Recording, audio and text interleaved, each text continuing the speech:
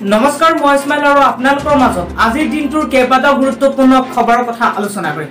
গতিকে ভিডিঅ'টো সম্পূৰ্ণকৈ চাই থাকিব আৰু যদি প্ৰথমবাৰ আপুনি এই চেনেলটোত আহিছে চেনেলটো সাবস্ক্ৰাইব কৰাৰ লগতে ভিডিঅ'টোত লাইক কৰিব। আহক আমি আজিৰ খবৰ কেইটা জানি লওঁ। আজি ভাৰতবৰ্ষ বন্ধ।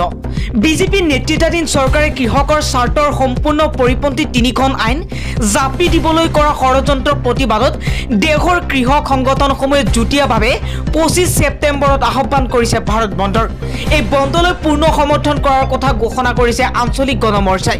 সমগ্ৰ দেশত আজিৰ এই বন্ধৰ প্ৰভাৱ পৰাটো স্বাভাৱিক হৈ পৰিছে। শ্ৰীনগৰত এগৰাকী 40 বছৰীয়া অধিবক্তাক গুলীয়াই হত্যা। তদন্ত আৰম্ভ হৈছে।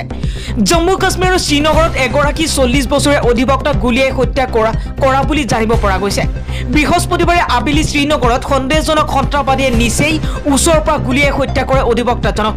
বাবৰ কাদৰী নামৰ এইজন যুৱক অধিবক্তাজনে দুদিন পূৰ্বে নিজৰ জীৱনৰ প্ৰতি অহা শংকাৰ কথাও টুইটাৰ যোগে উল্লেখ কৰিছিল।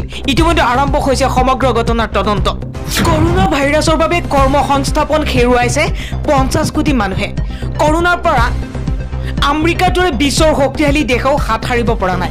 আন্তঃৰাষ্ট্ৰীয় শ্ৰম সংগঠনৰ প্ৰকাশ কৰা এক তথ্য অনুসৰি সমগ্ৰ বিশ্বতে এই ভাইৰাছৰ বাবে প্ৰায় 500 মিলিয়ন লোকে কৰ্মসংস্থাপন হেৰুৱাইছে। বৰ্তমানলৈকে কোন দেশত কিমান লোকে কৰ্মসংস্থাপন হেৰুৱাইছে এই তথ্য এতিয়াও স্পষ্ট হোৱা নাই। এই সন্দৰ্ভত এতিয়াও সমীক্ষা চলাই থকা হৈছে। আৰু আন এটা গুৰুত্বপূৰ্ণ খবৰ হৈছে এইবাৰ এটা বিৰোধীমূলক মন্তব্য সাম্প্ৰদায়িক মন্তব্য আগবঢ়াইছে আৰু এইবাৰ এই মন্তব্য আগবঢ়াইছে উত্তৰ কাছাৰ পাৰ্বত্য সাহিত্য পৰিষদৰ মুখ্য কাৰ্যবাহী সদস্য দেৱলাল গাৰ্লুছাৰ। আৰু এইবাৰ এই কথাটো আগবঢ়াইছে যে আমি ডিমা হাছাও দুৰ্নীতিমুক্ত কৰিম, কংগ্ৰেছ মুক্ত কৰিম আৰু লগতে মুছলমান মুক্ত কৰিম। আৰু এই কথা উল্লেখ কৰিছে কংগ্ৰেছ মুক্ত মুছলমান মুক্ত কৰিব বুলি। আৰু ৰাজহুৱা সভাত এই চাঞ্চল্যকৰ মন্তব্য উত্তৰ কাছাৰ পাৰ্বত্য সাহিত্য পৰিষদৰ মুখ্য কাৰ্যবাহী সদস্য দেৱলাল গাৰ্লুছাৰ।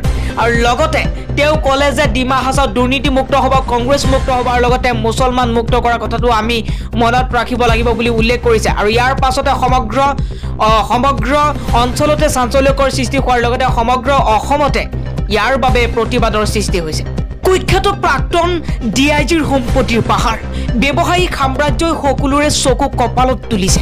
অসম আৰক্ষীৰ উপ পৰিদৰ্শকৰ নিযুক্তিৰ প্ৰশ্নকাকত ফাদিলকে ধৰি হোৱা কেলেংকাৰীৰ মূল নায়ক কুখ্যাত প্ৰাক্তন আৰক্ষী উপ পৰিদৰ্শকৰ মহাপৰিদৰ্শকৰ ডিআইজি PK দত্তৰ সমস্ত কৃতি লাহে লাহে পোহৰলৈ আহিছে।